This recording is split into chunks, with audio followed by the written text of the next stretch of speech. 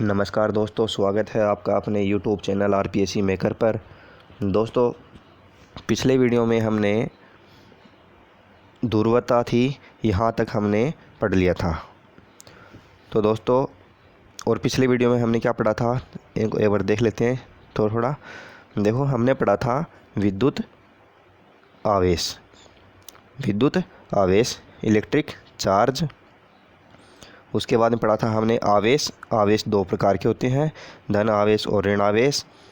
और फिर हमने ये छोटा सा प्रयोग पढ़ा था आकर्षण और प्रतिकर्षण को समझने के लिए, कि समान प्रकार के आवेश एक दूसरे को प्रतिकर्षित करते हैं और विपरीत प्रकार के आवेश एक दूसरे को आकर्षित करते हैं। फिर हमने जो ध्रुवता पढ़ ली थी कि ऋण आवेश और धन आवेश में है, तो जो अंतर होता है उस अंतर को जो बताता है वो क्या कहलाती है, आवेश की ध्रुवता कहलाती है। ठीक है दोस्तों। और समान प्रकृति के आवेश प्रतिकर्षित और विपरीत प्रकृति के आवेश आकर्षित हो जाते हैं। ठीक है दोस्तों।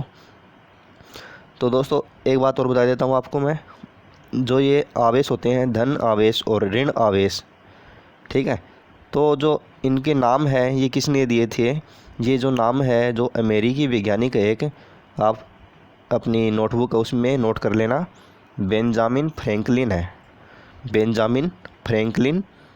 और कब दिया था ये, 1750 ईस्वी में ये नाम दिए थे, धन आवेश और ऋण आवेश। तो दोस्तों, आज का जो अपना टॉपिक रहेगा विद्युत आवेश का इलेक्ट्रॉन सिद्धांत, ये हम पढ़ने वाले हैं। Electron theory of electric charge, electron theory of electric charge, विद्युत आवेश का इलेक्ट्रॉन सिद्धांत। तो दोस्तों, वीडियो स्टार्ट करने से पहले आपसे छोटी सी रिक्वेस्ट है, यदि आप हमारे चैनल पे फर्स्ट बार विजिट कर रहे हो तो चैनल को सब्सक्राइब अवश्य करें, साथ ही बेल आइकन ज़रूर दबा दें, जिससे आपको हमारी वीडियोज़ के नोटिफिकेशन मिलते रहें। तो दोस्तों, स्टार्ट करते हैं आज का अपना टॉपिक, विद्युत आवेश का इलेक्ट्रॉन सिद्धांत। देखिए, जब किसी परमाणु से एक या एक से अधिक इलेक्ट्रॉन निकाले जाते हैं तो वह धनावेशित हो जाता है।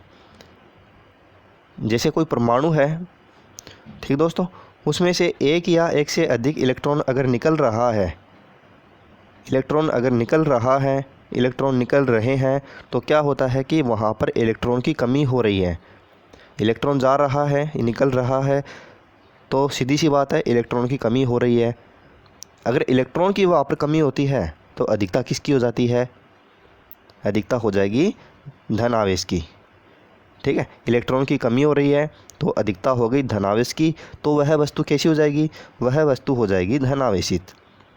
ठीक दोस्तों। और वही बात परमाणु के लिए लागू होती है। परमाणु से कोई इलेक्ट्रॉन निकलेगा तो परमाणु कैसा हो जाएगा, इलेक्ट्रॉन निकलेगा तो परमाणु कैसा हो जाएगा, परमाणु हो जाएगा आपका धनावेशित। ठीक है दोस्तों, ये बात आप समझ गए होंगे। फिर देखो, जब किसी परमाणु के द्वारा एक या एक से अधिक इलेक्ट्रॉन ग्रहण किए जाते हैं तो वह ऋणावेशित हो जाता है। उसका विपरीत है, ये परमाणु है और यहाँ पर क्या हो रहा है, इस बार इलेक्ट्रॉन ग्रहण किए जा रहे हैं, इलेक्ट्रॉन ग्रहण किए जा रहे हैं, यानी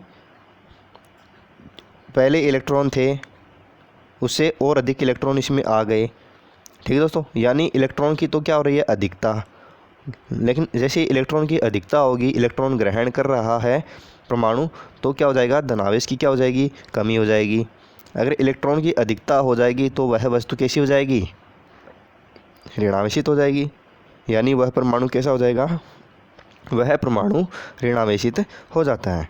तो ये होता है कि विद्युत आवेश का इलेक्ट्रॉन सिद्धांत, यानी electron theory of electric charge, electron theory of electric charge, यानी केवल परमाणु को धनावेशित और ऋणावेशित करने के लिए, जैसा कि मैंने आपको कल बताया भी था ये बात, जैसे कि परमाणु है, परमाणु को धनावेशित और ऋणावेशित करने के लिए केवल और केवल इलेक्ट्रॉन ही उत्तरदायी होते हैं। नेक्स्ट टॉपिक है अपना आवेशन। ठीक दोस्तों, आवेशन यानी चार्जिंग। ठीक है दोस्तों, चार्ज वस्तु पे किस प्रकार से आते हैं। ठीक दोस्तों, आवेशन वस्तु पर किस प्रकार से होता है। देखो, आवेशन 3 प्रकार से होता है। कितने प्रकार से होता है? 3 प्रकार से होता है। पहला है आपका घर्षण द्वारा आवेशन। किस प्रकार से? घर्षण द्वारा आवेशन। जैसा कि 600 ईसा पूर्व थेल्स ने रगड़ा था ऊन प्लस अंबर को, वहाँ पर भी क्या आया था? आवेश उत्पन्न हुआ था। तो वो किस तरह से था? वो था घर्षण द्वारा आवेशन। देखो, 2 वस्तुओं को परस्पर रगड़ने पर उनके द्वारा आवेशित होने की प्रक्रिया को घर्षण द्वारा आवेशन कहते हैं। जब 2 वस्तुओं को आपस में रगड़ा जाता है, ठीक है दोस्तों, तो क्या होता है कि जब 2 वस्तुओं को आपस में रगड़ा जाता है तो दोनों वस्तुएं कैसी हो जाती है? आवेशित हो जाती है। इस प्रक्रिया को क्या कहा जाता है? घर्षण द्वारा आवेशन, यानी रगड़ने से जो आवेश उत्पन्न होता है उसको घर्षण द्वारा आवेशन कहा जाता है। अब देखो दोस्तों, एक बात आपको अवश्य याद रखनी है। जब 2 वस्तुओं को आपस में रगड़ेंगे तो एक वस्तु पर हमेशा एक वस्तु पर तो धन आवेश रहेगा, लेकिन दूसरी वस्तु पर कैसा होगा? फिर ऋण आवेश होगा। ठीक है दोस्तों, अच्छे से समझ लेना इस बात को कि जब 2 वस्तुओं को आपस में रगड़ा जाएगा तो क्या होगा कि एक वस्तु पर तो धनावेश होगा, एक वस्तु पर ऋणावेश होगा। ऐसा नहीं होगा कि दोनों वस्तुओं पर ही क्या आ गया? धनावेश आ गया हो, या फिर ऐसा भी नहीं होगा कि दोनों वस्तुओं पर ऋणावेश आ गया हो। होगा कैसा? एक पर तो धनावेश होगा, इस पर यदि पॉजिटिव आवेश आया है तो इस पर कौन सा होगा? नेगेटिव आवेश। यदि इस पर नेगेटिव आया है तो इस पर कौन सा आएगा? इस पर आएगा पॉजिटिव। अब जो नेगेटिव और पॉजिटिव आवेश है ये किस प्रकार से आते हैं, इनके बारे में देख लेते हैं एक बारी। देखो, धन आवेश, यदि कांच की छड़ और रेशम का कपड़ा इनको आपस में रगड़ेंगे तो क्या होगा? ये प्रकृति का नियम है दोस्तों। देखो, कांच की छड़ है और रेशम के कपड़े को रगड़ेंगे तो कांच की छड़ है वो रहेगी हमेशा कैसी? धन आवेशित। कैसी रहेगी? धन आवेशित। ये देखो, ये दे रखा है, ये सारी वस्तुएं, सभी वस्तुएं कैसी है? धनावेशित होंगी रगड़ने पर, और ये सभी कैसी वस्तुएं कैसी होंगी? ऋणावेशित होंगी। कांच की छड़ को रेशम से रगड़ा तो रेशम पर कौन सा आ जाएगा? रेशम पर आ जाएगा ऋण आवेश। कांच की छड़ पर कौन सा आ जाएगा? धन आवेश आ जाएगा। इसी तरह से जो बिल्ली की स्किन होती है, बिल्ली की जो खाल होती है, बिल्ली की स्किन को एबोनाइट से या फिर प्लास्टिक की छड़ से रगड़ा जाएगा तो जो बिल्ली की खाल है वो तो हो जाएगी धनावेशित। कैसी हो जाएगी? धनावेशित। और एबोनाइट और प्लास्टिक की जो छड़ है वो कैसी हो जाएगी? ऋणावेशित। इसी तरह से जो ऊन का कपड़ा है, ऊन का कपड़ा है उसको रबर, एम्बर, एबोनाइट, प्लास्टिक आदि से रगड़ेंगे तो ऊन का कपड़ा हो जाएगा धनावेशित, और रबर, एम्बर, एबोनाइट, प्लास्टिक आदि कैसी हो जाएंगी? ये हो जाएंगी आपकी ऋणावेशित। ठीक दोस्तों, उम्मीद करता हूँ आप मेरी बात को समझ रहे होंगे। आगे देखो, नोट, एक बात आपको अच्छी तरह से याद रखनी है। जिन कणों का विराम द्रव्यमान शून्य होता है, जिन कणों का विराम द्रव्यमान शून्य होता है वे कण कैसे होते हैं?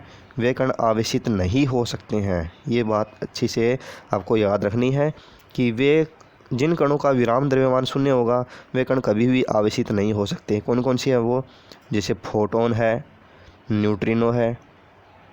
ठीक दोस्तों, यहाँ से क्वेश्चन बन सकता है कि ऐसे 2 कणों के नाम बताइए जो कभी आवेशित नहीं किए जा सकते, तो कौन से होंगे? फोटोन और न्यूट्रिनो। ठीक है दोस्तों। और देखो दोस्तों, जो इलेक्ट्रॉन है उसका द्रव्यमान कितना होता है? इलेक्ट्रॉन है उसका द्रव्यमान होता है Me = 9.1 × 10⁻³ किलोग्राम। ठीक है दोस्तों, 9.1 × 10⁻³ किलोग्राम। ठीक है दोस्तों, ये होता है इलेक्ट्रॉन का द्रव्यमान। फिर देखो दोस्तों, फिर आता है आपका सेकंड, चालन द्वारा आवेशन। चालन द्वारा आवेशन या स्पर्श द्वारा आवेशन। देखो, इसको समझने का प्रयास करते हैं। जब किसी आवेशित चालक को किसी अनावेशित चालक के संपर्क में लाया जाता है तब दोनों चालकों पर समान प्रकृति का आवेश वितरित हो जाता है। वितरित हो जाता है यानी उस पर फैल जाता है। इस प्रक्रिया को चालन द्वारा आवेशन कहते हैं। देखो छोटा सा ये प्रयोग है, एक्सपेरिमेंट ये किया गया है, इसको देख लेते हैं एक बार, इसे समझेंगे। चालन द्वारा आवेशन, देखो ये क्या है, ये तो है अनावेशित चालक गोला जिसको एक स्टैंड की सहायता से स्थिर रखा गया है। एक है फिर दूसरा चालक गोला जिस पर कौन सा आवेश है, जिस पर है धन आवेश, पॉजिटिव आवेश। फिर देखो इस समय तो अलग अलग है दोनों। फिर क्या है, नेक्स्ट स्टेप में क्या किया गया, इनको संपर्कित कर दिया गया, यानी इनको आपस में जोड़ दिया गया है, पास में रख दिया गया है टच करके। ठीक है दोस्तों, यानी स्पर्श द्वारा है, देखो यहाँ पर दे रखा है स्पर्श द्वारा साफ, तो इनको स्पर्श करा दिया गया है, टच कर दिया गया है। तो फिर क्या होता है कि जो इस गोले में जो आवेश होता है वो आवेश किस में आ जाएगा, इसमें आ जाएगा। इसमें है और इसमें है, तो इसमें जो आवेश होगा वो इसमें भी आ जाएगा। ठीक दोस्तों, तो इसमें भी आ जाएगा और इसमें जो पहले आवेश है वो इसमें भी आ जाएगा। अब क्या होगा, संतुलन की अवस्था में हो जाएंगे। ठीक दोस्तों, संतुलन अवस्था कौन सी होती है, जितना आवेश इसमें होता है उतना ही आवेश उसमें आ जाएगा सेकंड वाले में। ठीक दोस्तों, तो ये हो गई संतुलन वाली स्थिति। अब क्या किया गया, नेक्स्ट स्टेप में इन दोनों चालक गोलों को अलग अलग कर दिया गया। ठीक दोस्तों, अलग अलग कर दिया गया, तो अब क्या हो गया कि जो दूसरी वस्तु है, ठीक है, जो दूसरा गोला है वो भी आवेशित है, जो पहला गोला है वो भी आवेशित है। यानी यहाँ पर क्या होता है, यहाँ पर जो पहले तो कौन सा था, अनावेशित गोला था, अनावेशित गोले को आवेशित किया गया है। देखो यहाँ पर क्या हो गया, आवेशित हो गया। ये अनावेशित गोला क्या हो गया, यहाँ पर जाके आवेशित हो गया। ये तो पहले से आवेशित था, यह भी आवेशित है, लेकिन यहाँ पर जो इनको आपस में संपर्क किया गया यानी स्पर्श कराया गया, तो क्या हो गया, इन दोनों में क्या आ गया, आवेश आ गया। ठीक दोस्तों, तो ये है चालन द्वारा आवेशन या चार्जिंग बाई कंडक्शन। ठीक दोस्तों, चार्जिंग बाई कंडक्शन।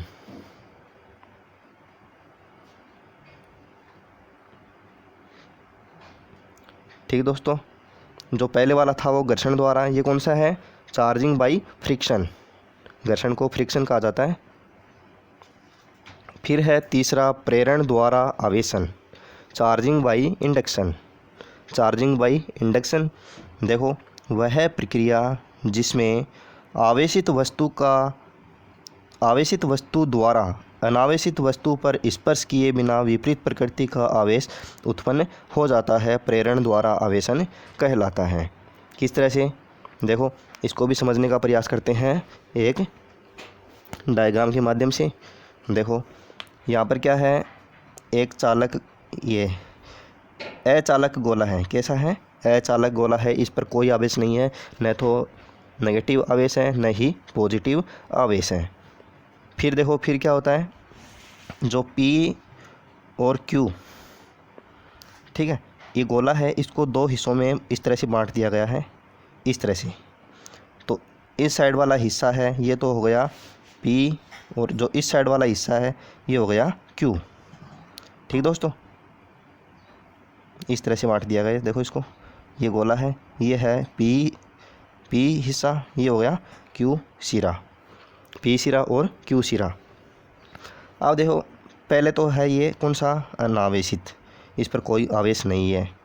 फिर क्या होता है कि इसी गोले पर नेक्स्ट स्टेप है, ठीक है, गोला वही है, गोला तो वही है, लेकिन यहाँ पर स्टेप दिखा रही है अलग अलग कि पहली स्टेप में क्या किया। ये पहली स्टेप है, कौन सी, ये पहली स्टेप है, ये दूसरी स्टेप है, ये तीसरी स्टेप है, ये चौथी स्टेप है, ये पांचवी स्टेप है। ठीक है दोस्तों, इस तरह से है। देखो पहली स्टेप में क्या होता है कि जो P और Q है, इनके दो सिरे हैं, दोनों कैसे हैं, अनावेशित हैं। पहली स्टेप में देखो P और Q कैसे हैं, दोनों ही क्या हैं, अनावेशित हैं। दूसरी स्टेप में क्या है, दूसरी स्टेप में एक है चालक छड़ है। चालक छड़ कौन सी है, ये चालक छड़ है जिस पर कैसे आवेश है, जिस पर धन आवेश है, यानी जो चालक छड़ है वो धनावेशित है। जैसे ही इस चालक छड़ को, धनावेशित छड़ को पी सिरे वाले जो गोला है उसके पी सिरे के पास लाया जाता है। ठीक दोस्तों, जैसे ही उसके पास लाया जाता है तो जो पी सिरा है उस पर विपरीत प्रकृति का आवेश उत्पन्न होगा। ठीक दोस्तों, ये प्रेरण द्वारा है दोस्तों, इंडक्शन द्वारा। इसमें जो स्पर्श करवाना होता है वो ज़रूरी नहीं होता है। ठीक है दोस्तों, चालन द्वारा, स्पर्श द्वारा नहीं है, ये है केवल प्रेरण द्वारा, यानी इसमें टच करना ज़रूरी नहीं होता है।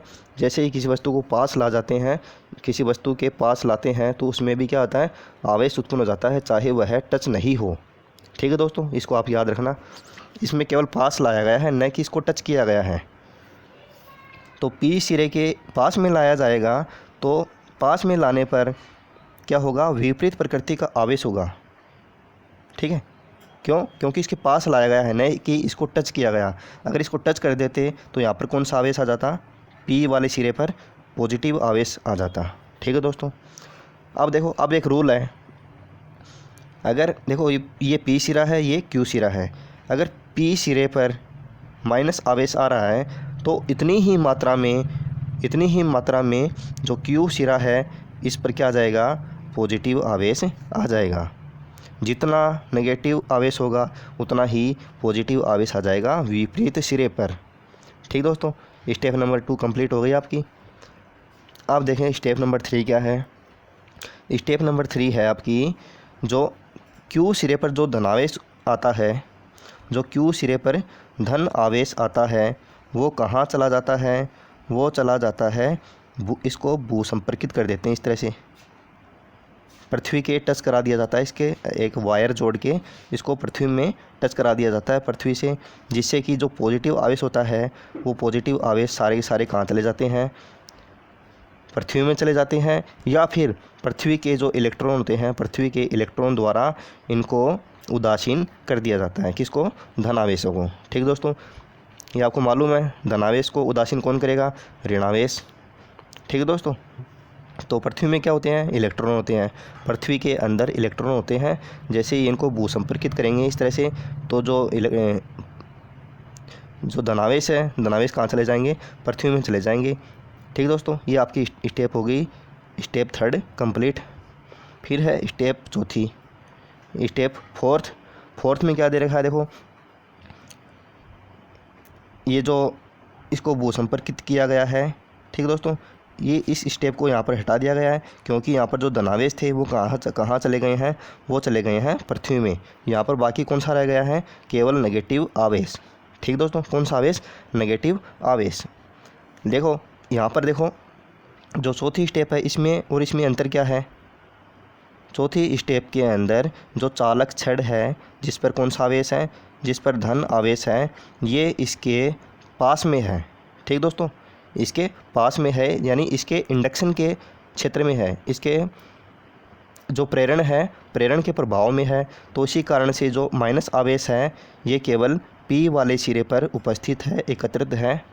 ठीक है दोस्तों, यहाँ पर देखो, आप अच्छे से देख लेना, जो ऋण आवेश है वो पी साइड, जो गोले का पी साइड है, गोले की पी साइड है, उस पर एकत्रित हो रहा है। कौन सा, नेगेटिव आवेश। किसके कारण, जो ये चालक छड़ है इस पर है पॉजिटिव आवेश के कारण। क्योंकि आपको मालूम है कि धन आवेश है वो ऋण आवेश को क्या करता है, आकर्षित करता है। इस तरह से जो धन आवेश है इस ऋण आवेश को इसने आकर्षित कर रखा है। फिर नेक्स्ट स्टेप में क्या होगा, जैसे ही इस चालक छड़ को यहाँ से हटा लिया जाएगा, दूर कर लिया जाएगा, तो ये यहाँ पर जो चालक गोला है ये पूरे चालक गोले में एक समान रूप से वितरित हो जाएगा, इस तरह से। ठीक दोस्तों, इस तरह से पूरे में क्या हो जाएगा, ये वितरित हो जाएगा। इस तरह से ये जो हमारा जो फर्स्ट चालक गोला था ये क्या हो गया, यहाँ पर आके क्या हो गया, आवेशित हो गया। और यहाँ पर आवेश कैसा आया है, यहाँ पर आवेश कैसा आया है, यहाँ पर आवेश आया है नेगेटिव। ठीक दोस्तों, इसी तरह से किसी भी चालक गोले को हम पॉजिटिव आवेशित भी कर सकते हैं। ठीक है दोस्तों, उसके लिए हमें क्या करना पड़ेगा, उसके लिए हमें यहाँ पर ये चालक छड़ है, इस चालक छड़ को, जो चालक छड़ है ये हमें नेगेटिव चालक छड़ लेनी पड़ेगी। ठीक है दोस्तों, उम्मीद करता हूँ आप मेरी बात को समझ गए होंगे। तो दोस्तों आज के लिए बस इतना ही। जो विद्युतदर्शी है, इलेक्ट्रोस्कोप है, इसका अध्ययन करेंगे हम नेक्स्ट पार्ट में।